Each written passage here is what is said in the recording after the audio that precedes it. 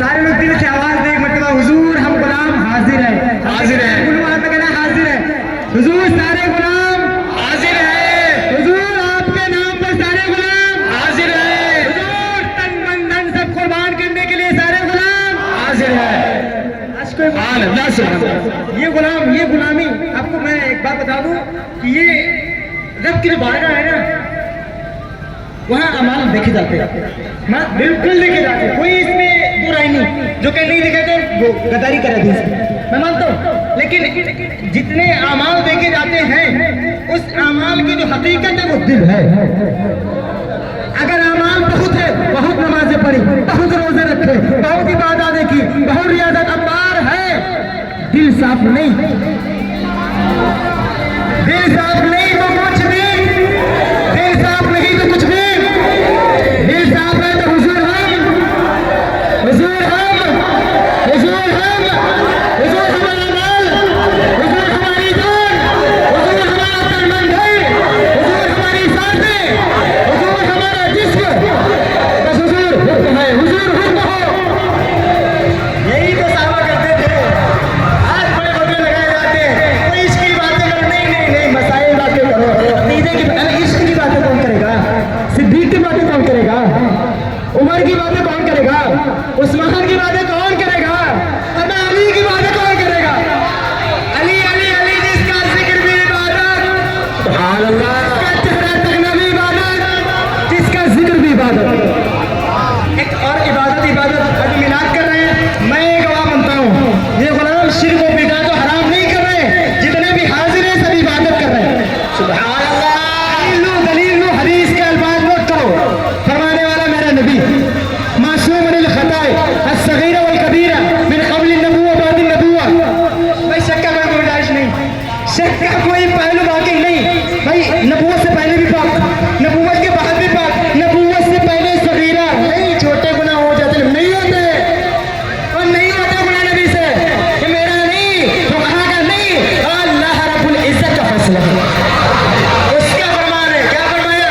فرمایا ذکر الانبیاء من العبادات، ذکر الانبیاء من اب بھائی کیا کر رہے ہیں؟ سارے مل کر ذکر مصطفیٰ کر رہے ہیں، تو یہ صرف ذکر مصطفیٰ نہیں، در حقیقت میں یہ عبادت کر رہے ہیں۔ سبحان اللہ، بے شک۔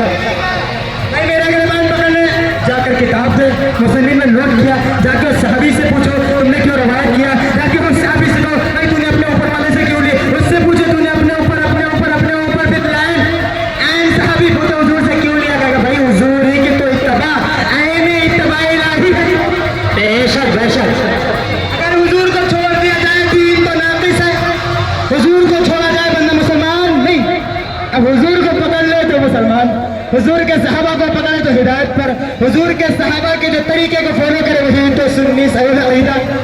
سبحان اللہ، بے شک۔ حضور نے فرمایا ذکر الانبیاء من العبادات وذکر الصالحین کفر۔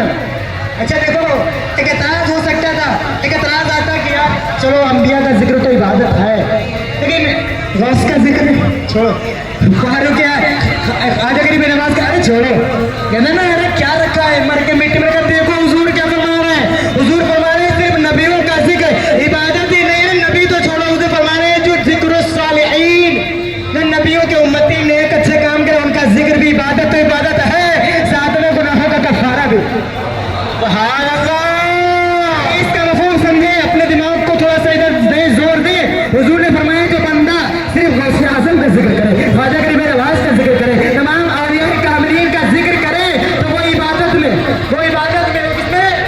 عبادت میں۔ قرآن حدیث پڑھ رہا ہوں، فرمائے رسول اللہ پڑھ رہا ہوں، اور جس کا دل فرمانے رسول اللہ سے نہ جگمگائے سمجھ لے اس کے دل میں مرض ہو گیا۔ الحمدللہ یہاں جتنے گئے سب حضور کے غلام ہیں، بے شک، سارے حضور کے غلام ہے، حضور کے غلام ہے، سارے حضور کے غلام ہے، سارے حضور کے غلام ہے۔ ان کا دل حضور کی باتوں سے جاگتا ہے، جب تک یہ حضور کا ذکر نہ سنے ان کا دل سکون نہیں پاتا۔ بے شک، اس پر بھی دلیل دو، قرآن اٹھاؤ، قرآن اٹھاؤ، آج باتیں کھل کے قرآن کی ہوگی۔